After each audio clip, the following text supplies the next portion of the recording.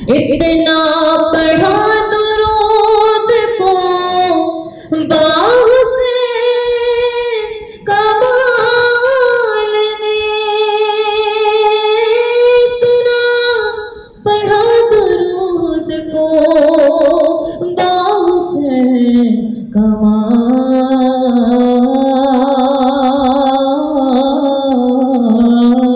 نے، اتنا پڑھا درود کو باحسین کمال نے، اتنا پڑھا درود کو باحسین کمال نے، امت پہ پھر سے اللہ کا کمال احسان ہو گیا، امت پہ پھر سے اللہ کا کمال احسان ہو گیا۔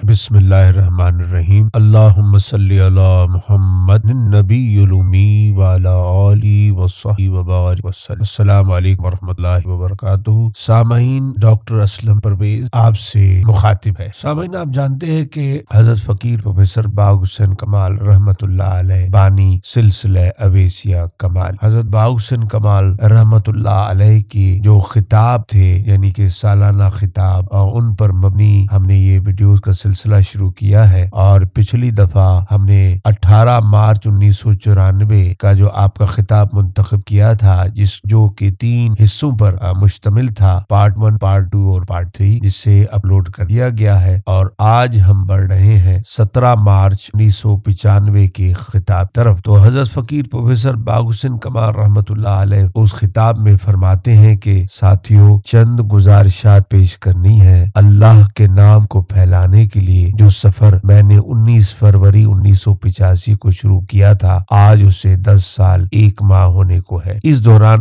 آپ نے مجھ سے اللہ تعالیٰ کے نام کی نسبت لی اور یہ نسبت دوسروں تک پہنچائی۔ اب اللہ تعالیٰ کے فضل سے پورے ملک میں اور ملک کے باہر بھی، یورپ میں بھی، امریکہ میں بھی اور مشرق بعید میں بھی یہ نسبت کسی نہ کسی درجے میں پہنچ چکی۔ یہاں پر پروفیسر یعقوب صاحب بیٹھے ہیں، ابھی کل ہی ان سے ملاقات ہوئی اور کل ہی میرے پاس آئے، کہنے لگے کہ آپ کی کتاب منیلا یعنی فلپائن میں میرے بیٹے کو کسی نے دی، وہ کتاب مجھ تک پہنچی اور کتاب پڑھنے کے بعد میں آپ تک پہنچا، تو گویا کہ اللہ تعالیٰ نے ہمیں توفیق دی کہ اس کے نام کی برکت سے یہ بہت بڑی روحانی نعمت ہے ہم دوسرے لوگوں تک پہنچائیں۔ یہ دکھاوا نہیں ہے، یہ اپنی بزرگی کی کوئی نمائش نہیں ہے، محض وہ نعمت جو اللہ تعالیٰ نے مجھے ارزانی فرمائی ہے اس کو دوسروں تک پہنچانا مقصود ہے۔ اس سلسلے میں یہ بھی احساس میرے دل میں ہے کہ ایسا نہ ہو کہ مجھ سے کوئی کوتاہی سردرد ہو اور کل قیامت کے دن کوئی شخص میرے گریبان پکڑے کہ اے اللہ، اس کو اتنی بڑی نعمت سے آپ نے نوازا تھا اور یہ بخیل، یہ کنجوس اپنے دل میں ہی یہ نعمت سمیٹ کر یہاں سے کوچ کر گیا،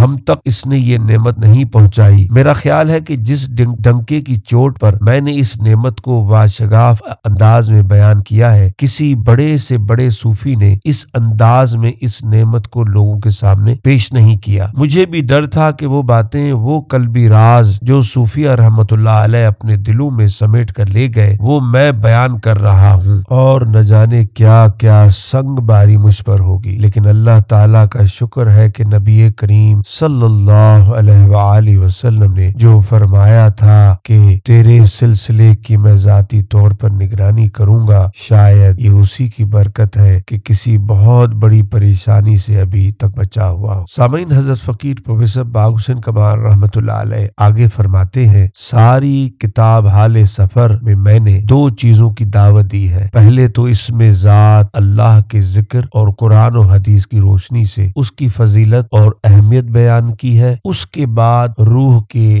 کا سفر کیا ہے، روح کہاں تک جا سکتی ہے، اس سلسلے میں بھی میں نے بڑے بڑے بزرگان دین رحمت اللہ علیہ کے حوالے دیے ہیں۔ پھر خانہ کعبہ شریف اور اور نبی کریم صلی اللہ علیہ وآلہ وسلم کی بارگاہ تک رسائی وہ بھی میں نے دلیل سے بات کی ہے، اور جن بزرگوں کے حوالے میں نے دیے ہیں وہ اتنی بڑی شخصیات ہیں کہ چاہے علماء ظاہر ہوں یا علماء باطن، ان کے مقام کو کوئی چیلنج نہیں کر سکتا، اور شاید یہی وجہ ہے کہ میں ابھی تک بچا ہوا ہوں۔ اللہ تعالیٰ کے فضل و کرم سے یہاں پر لوگ موجود ہیں۔ جب میں نے یہ مقامات طے کرائے تو ہم کسی اور دنیا میں تھے، حقیقتاً ہمارا اس دنیا سے رابطہ کٹا ہوا تھا، ہم برزخ میں پہنچے ہوئے تھے۔ لیکن یہ بھی میرے سلسلے کا کمال ہے کہ تمام بزرگان دین جب اس عالم رنگ و بو سے تعلق قطع کرتے تھے، یعنی اس دنیا سے جب وہ عالم برزخ کی طرف جاتے تھے تو ان پر استغراق کی کیفیت طاری ہوا کرتی تھی۔ لیکن میرے سلسلے میں یہ بات نہیں ہے۔ آپ پورے ہوش و حواس کے ساتھ بیٹھے ہوتے ہیں، آپ کو آوازیں آ رہی ہوتی ہیں، آپ سن رہے ہوتے ہیں، لیکن اس کے باوجود آپ برزخ کے تمام مشاہدات بھی کر رہے ہوتے ہیں، اور وہاں کی جو گفتگو ہوتی ہے وہ بھی سن رہے ہوتے ہیں۔ اللہ تعالیٰ کے فضل سے اس فقیر پر یہ بہت بڑا انعام ہے۔ دوسری بات جس کی میں نے دعوت دی وہ درود شریف کو پھیلانا ہے۔ جس طرح کتاب حال سفر میں نے اپنے بارے میں عرض کیا کہ میں نے دعا مانگی تھی کہ میں ان پہلے 100 خوش نصیبوں میں شامل ہو جاؤں جنہوں نے کثرت سے نبی کریم صلی اللہ علیہ وآلہ وسلم کی بارگاہ میں درود شریف بھیجا ہے، تو وہ دعا قبول ہوئی۔ اسی طرح جب 8 اپریل 1984 کو مجھے روحانیت کا یہ منصب عطا ہوا تو میں نے یہ درخواست کی کہ یا رسول اللہ صلی اللہ علیہ وآلہ وسلم، مجھے آپ بہت بڑے انعام سے نواز۔ میری ایک درخواست ہے، وہ یہ ہے کہ جو پہلے تمام سلاسل، اگرچہ ان کے تمام بانیان اس سلاسل میرے مشائخ، لیکن میری ایک خواہش ہے، آرزو اور درخواست، توجہ فرمائے، دعا فرمائے کہ میرے سلسلے کے ساتھیوں کی طرف سے آپ صلی اللہ علیہ وآلہ وسلم کی بارگاہ اول نمبر پر درود شریف پیش ہو۔ حضور صلی اللہ علیہ وآلہ وسلم مسکرائے، تمام انبیاء کرام علیہ السلام موجود، خلفائے راشدین رضی اللہ عنہ موجود، اکابر اولیاء کرام رحمت اللہ علیہ موجود تھے، وہ سب کے سب مسکرائے۔ یہ کیسی خواہش کا اظہار کر رہا ہے؟ ظاہر ہے کہ جس طرح میرا بیٹا مجھ سے کوئی فرمائش کرے تو اگر وہ کوئی اچھی فرمائش ہوگی تو مجھے خوشی ہوگی۔ میں نہیں کہوں گا کہ میں نے ڈبل ایم اے کیا ہے تو میرا بیٹا 3 ایم اے کیوں نہ کرے، اگر 3 ایم اے کرے گا تو مجھے زیادہ۔ تو اسی طرح جب میں نے یہ خواہش نبی کریم صلی اللہ علیہ وآلہ وسلم کی بارگاہ میں پیش کی تو سب بزرگوں کے لبوں پہ مسکراہٹ کھیلنے، اور حضور صلی اللہ علیہ وآلہ وسلم نے فرمایا کہ تیری یہ خواہش پوری ہوگی۔ لیکن میں اپنی جگہ حیران تھا کہ تمام سلاسل تقریباً 900 سال، 800 سال، 700 سال پرانے، اور ان کے ساتھ جو لوگ وابستہ ہوئے کی تعداد کروڑوں تک پہنچی۔ تو اگرچہ امر واقع ہے کہ درود شریف کی طرف لوگوں نے کم توجہ دی، لیکن بہرحال کچھ نہ کچھ تو لوگوں نے پڑھا ہوگا۔ تو میرے ساتھی تو ہزاروں میں ہیں، اور ان میں سے بھی اکثریت ان کی ہے جو بیعت کر چکے ہیں، اور پھر ان کا خیال ہے کہ اب برزخ میں جا کے ملیں گے۔ یہاں دارالفیضان وہی لوگ آتے ہیں جن کو شوق ہے، کوئی 2 ماہ بعد آتا ہے، کوئی 4 ماہ بعد آتا ہے، بہت حد ہوئی تو کوئی سال کے بعد آتا ہے۔ اس طرح کوئی 250-300 آدمی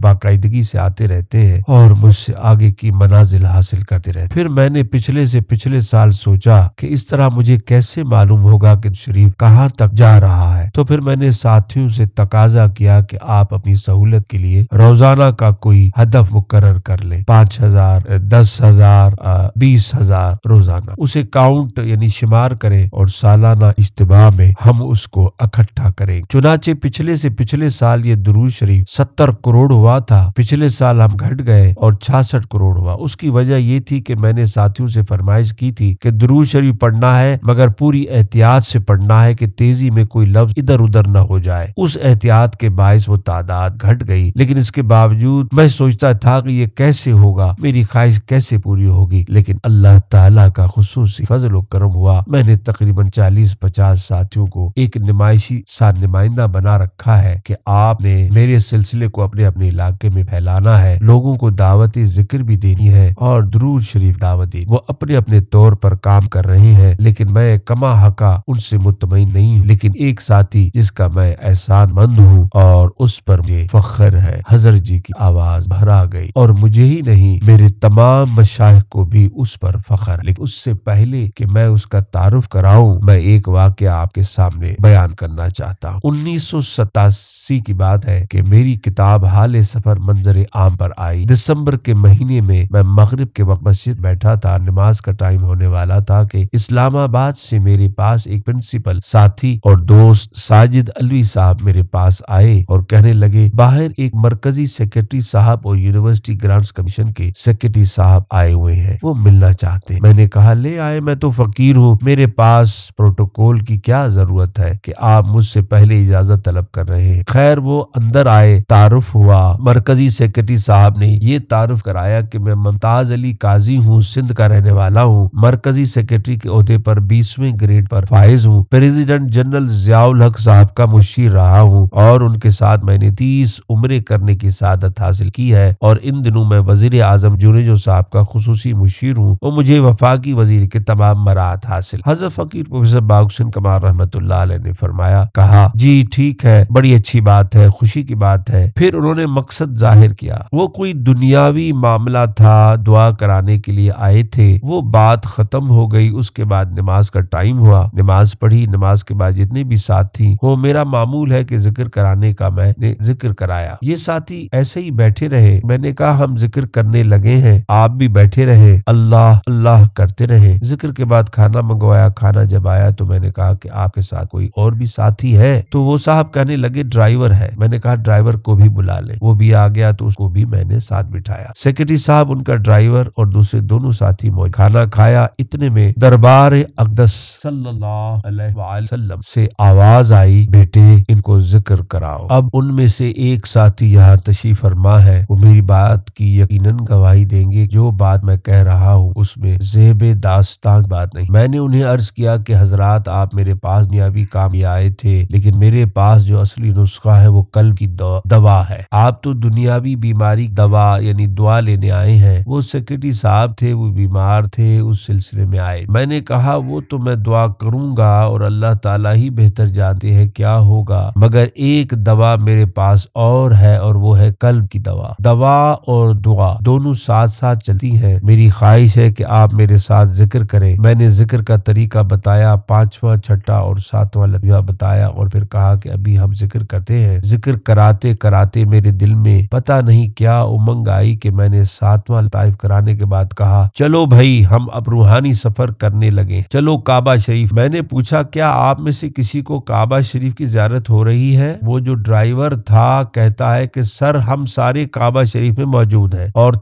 طواف کر رہے ہیں، آپ آگے آگے ہیں اور کعبہ شریف میں طواف کر رہے ہیں۔ پھر اچانک کہتا ہے کہ سر جی کیا بات ہے کہ یہاں تو مغرب کی نماز ادا کر چکے ہیں، اندھیرا ہے اور کعبہ شریف میں تو روشنی ہے، یعنی وہاں پر اجالا ہے، سورج چمک رہا ہے۔ حضرت فقیر پروفیسر باغ حسین کمال رحمۃ اللہ علیہ نے کہا یہ جغرافیہ کا معاملہ ہے، تم نہیں سمجھ سکتے، اس لیے کہ وہاں پر عصر کا ٹائم ہے اور یہاں پر مغرب کا ٹائم، تو ظاہر ہے وہاں تو سورج چمک رہا ہے۔ وہاں طواف کرنے کے بعد میں نے پوچھا کہ میں موجود ہوں، کہتا ہے کہ آپ بھی موجود، سیکرٹری صاحب بھی موجود ہے، علوی صاحب بھی موجود ہے۔ میں نے کہا چلو روزہ اطہر صلی اللہ علیہ وآلہ وسلم سامنے، کہتا ہے جی ہاں جی ہم جی، کہتا ہے جی پہنچ گئے ہیں۔ میں نے کہا یہ بھی سارے ہیں؟ کہتا ہے جی ہیں۔ میں نے کہا اگر تم نے داڑھی رکھی ہوتی تو میں تمہیں اندر لے جاتا اور نبی کریم صلی اللہ علیہ وآلہ وسلم کی زیارت کرا دیتا۔ خیر دعا مانگی۔ میں نے کہا سیکرٹری صاحب آپ مجھے یہ بتائیں کہ آپ نے ایک بہت بڑے منصبدار کی حیثیت سے پریزیڈنٹ کے ساتھ 70 عمرے کیے ہیں، کیا آپ یقین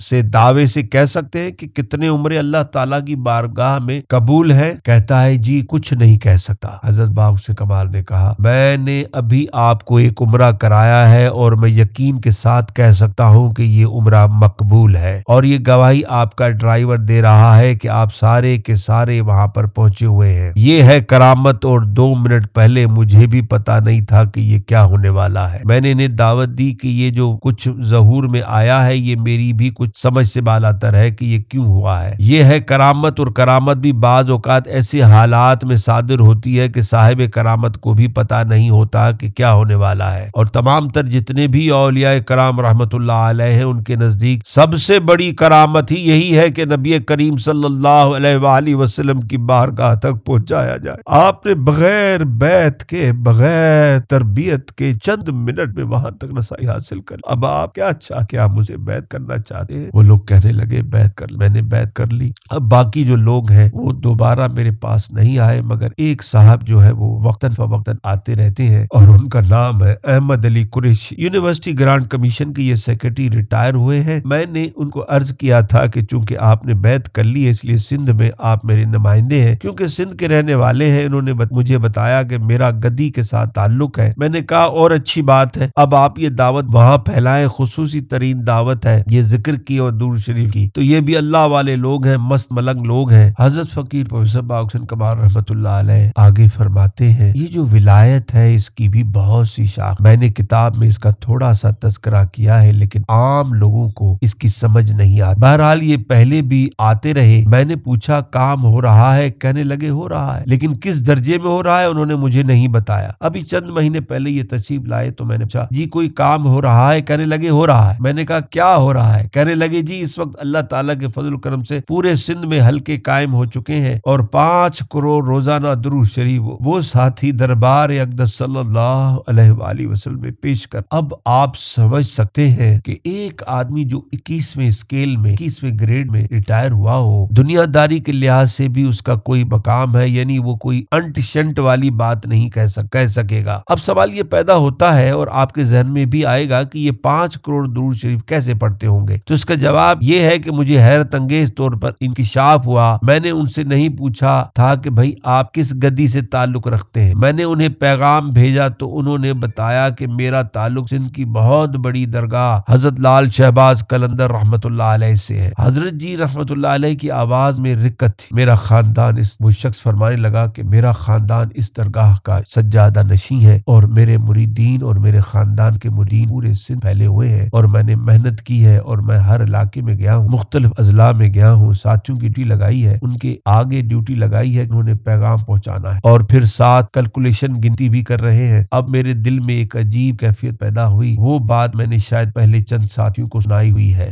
اب پہلے ایک اور گزارش کروں گا کہ اجتماع میں کچھ ساتھی جنہوں نے باقاعدہ میری بیعت کر رکھی ہے ان کی خواہش ہوتی ہے کہ صاحب کشف ساتھی زیادہ سے زیادہ ہمیں روحانی کیفیات بتایا کریں۔ میں تو ظاہر ہے کم بتاتا ہوں، میرے پاس وہ اتنی رواداری یا مصلحت سے نہیں آ سکتی، لیکن ان کی یہ خواہش ضرور ہوتی ہے کہ جب یہ مجالس ہو تو وہ کیفیات ہوتی ہیں وہ ہم تک بھی پہنچے۔ ہمیں خوشی ہوتی ہے کہ کیا مقامات ملے، کیا کیفیت تھی، کیسی مجلس تھی، کسی کو کیا انعام ملا، اس سے ان کا شوق بڑھتا ہے، مزید آگے بڑھنے کے لیے کوشاں رہتے ہیں۔ لیکن بعض اوقات کچھ ساتھی ویسے تشریف لے آتے ہیں، کسی ساتھی نے دعوت دی کہ ہمارا سالانہ اجتماع ہے آئیں چلیں، وہ چلے آتے ہیں۔ ان سے گزارش ہے کہ یہ باتیں جو میں بیان کر رہا ہوں یہ عقل سے ماوراء ہے، بلکہ میں یوں کہوں گا کہ روحانیت کچھ ایسی چیز ہے کہ جہاں پر ہمارے عقل و حواس اور ہمارے تمام تر علوم ختم ہوتے ہیں وہاں سے روحانیت کا آغاز ہوتا ہے۔ اس لیے دنیاوی پیمانے سے ہم ان کیفیات کو، مشاہدات کو نہیں ناپ سکتے۔ تو جو باتیں میں کر رہا ہوں براہ نوازش ان کو یہیں چھوڑ جائیں۔ کہنے کا مطلب یہ ہے کہ آپ اپنے تک محدود رکھیں، یہاں سے جا کر اپنی محفلوں میں یا باتیں دہرانے کی ضرورت نہیں، کیونکہ لوگ اس کے اہل نہیں ہوتے، پھر وہ عجیب و غریب قسم کے تبصرے کرتے ہیں۔ حضرت فقیر پروفیسر باغ حسین قمار رحمت اللہ علیہ آگے فرماتے ہیں تو ہوا یہ کہ 8 اپریل 1984 کو جب مجھے خاص منصب عطا ہوا اور روحانی ڈیوٹی لگائی گئی تو نبی کریم صلی اللہ علیہ وآلہ وسلم نے فرمایا کہ بیٹے یہ آپ کی ڈیوٹی ہے اور یہ کام آپ نے کرنا ہے۔ میں نے کتاب میں اشارہ کیا ہے کہ جو کائنات چل رہی ہے یہ دراصل اللہ تعالیٰ کے کچھ بندوں کی روحانی ڈیوٹیاں ہوتی ہیں، ان کے نظام کے مطابق یہ چل رہی ہو۔ یہ جو دنیا میں انقلابات آتے ہیں دراصل ان کے پیچھے ان کی توجہ کار فرما ہوتی ہے، اور یہ توجہ جو ہوتی ہے یہ نبی کریم صلی اللہ علیہ وآلہ وسلم کی اجازت کے مطابق ہوتی ہے۔ تو اس طرح نبی کریم صلی اللہ علیہ وآلہ وسلم نے فرمایا بیٹے اس وقت ابدال اور ابدال سے اوپر کے جتنے مناصب ہیں، مثلا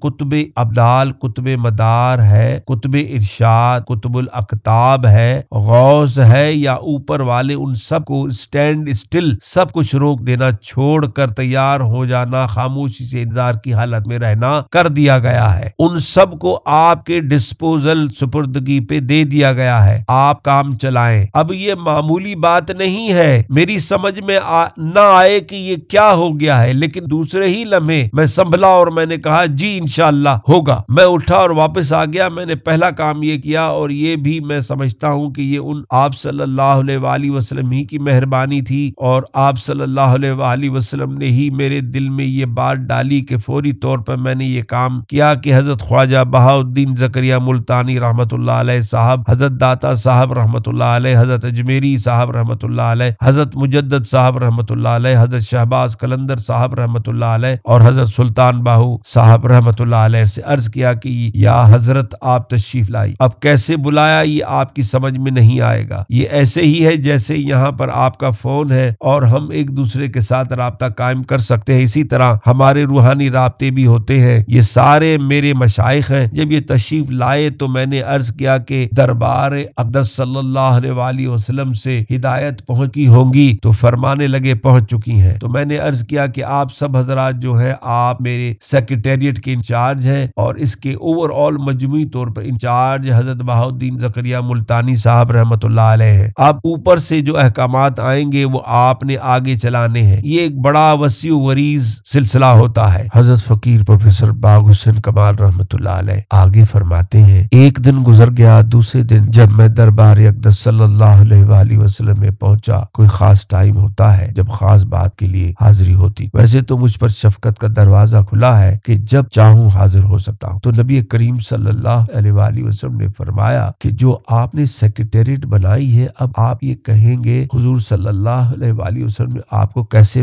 مخاطب فرمایا؟ تو یہ بھی ایک لمبی کہانی ہے۔ فرمانے لگے بیٹے آپ نے جو سیکریٹریٹ بنائی ہے، حضرت خواجہ بہاؤالدین زکریہ رحمت اللہ علیہ کے پاس ایک لائن ہے اور وہ تصوف و سلوک کی ہے۔ آپ نے جو کام چلانا ہے وہ کلندری لائن میں چلانا ہے، اس لیے بہتر ہوگا کہ آپ کلندری لائن کے کسی غوث کو اپنے سیکریٹریٹ کا سربراہ بنائے۔ تو میں نے حضرت شہباز قلندر رحمت اللہ علیہ سے عرض کیا کہ آپ اس ڈیوٹی کو انجام دیں۔ اب جب انہوں نے احمد علی قریشی صاحب نے یہ بتایا کہ حضرت شہباز قلندر صاحب رحمت اللہ کی درگاہ سے وابستہ ہے، تو مجھے سمجھ آ گئی کہ وہ جو چینج تبدیلی پہلے دن ہوئی تھی یہ اس کا صاف اثر ہے کہ شہباز قلندر صاحب رحمت اللہ علیہ نے اپنے بالکے کو میرے پاس بھیج دیا، اور میری جو نسبت تھی وہ ان کی وساطت سے پورے سندھ میں پھیلی، اور آج میں ہی نہیں میرے مشائخ بھی ان پر فخر کر رہے ہیں۔ اب آپ اندازہ کریں کہ سالانہ جو ٹوٹل بنتا ہے وہ تقریباً 18 ارب بنتا ہے۔ اللہ تعالیٰ کے فضل سے ہو جاتا ہے، لیکن اس کو برقرار رکھنا مشکل ہوتا ہے۔ جیسے آپ جانتے ہیں کہ عمران خان ریٹائر ہو گیا، جہانگیر بھی ریٹائر ہو گیا، وہ اپنے اسٹیمنا سخت توانائی کو برقرار نہیں رکھ سکے، لیکن ہم نے اپنے اسٹیمنا کو برقرار رکھنا ہے۔ اس لیے کوشش یہ کرنی ہے کہ زیادہ سے زیادہ اپنی کوشش کو پہلے سے تیز تر کر دیں۔ میرے وہ تمام ساتھی جنہوں نے بیعت کر رکھی ہے اور وہ لطیفہ قلب پر ہے، میں نے ان کو مجاز بنا رکھا ہے کہ وہ ہمارے سلسلے کی نسبت عالیہ کو دوسرے لوگوں تک پہنچائیں۔ وہ میرے مجاز ہیں، میرے نمائندے ہیں، اور اگر کسی آدمی کو دعوت ذکر دیتے ہیں اور وہ آدمی میرے پاس نہیں آتا، نہ آئے، لیکن وہ اگر ذاکر بن جائے گا، ذکر کرتا رہے گا، تو بھی انشاءاللہ خالی نہیں جائے گا، اس کو انشاءاللہ سب کچھ ملے گا۔ خواتین و حضرات، اس خطاب کا پہلا حصہ اختتام پذیر ہوا۔ انشاءاللہ جلد ہی آپ کی ملاقات دوسرے حصے میں ہوگی، تب تک کے لیے مجھے